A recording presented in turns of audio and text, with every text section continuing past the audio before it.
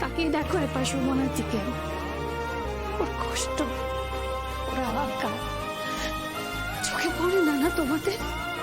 দেখতে পাও না তোমরা? এবারের ছেলেরা এবারে মেয়ে বউদের মন কোনোদিনও বোঝেনি, তাদের মর্যাদা দেয়নি।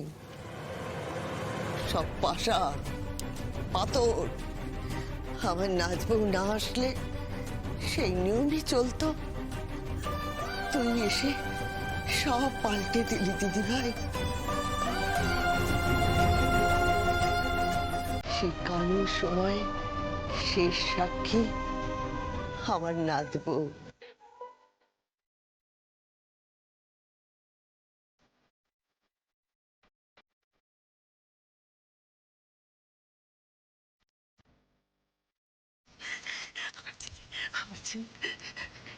এই এই পকাই, তুই চুপ করে আছিস কেন রে?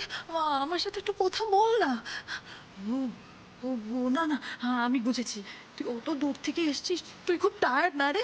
তোর খুব খিদে পেয়েছে। ও মা মা, আমি ওর জন্য আজকে রান্না করবো, তুই বল না কি খাবি? আমি আমি আমি আজকে রান্না করবো পকাইয়ের জন্য, আমি আজকে রান্না করবো।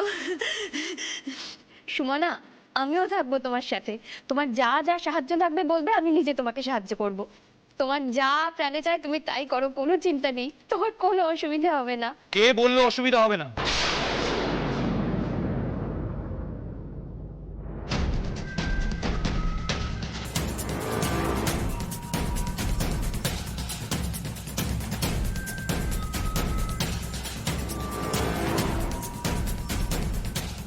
কার এত বড় সাহস হলো? বাবা,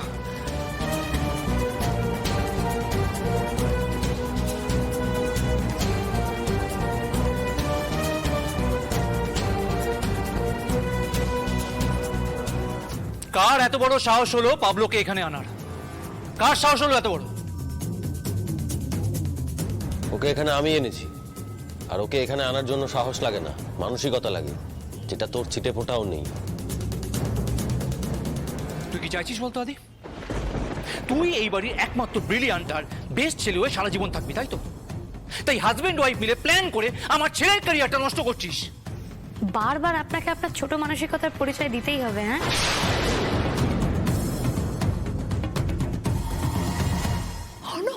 অনু তুমি দেখেছো ওর হাঁটা চলা তাকানো সব সব তোমার মতো।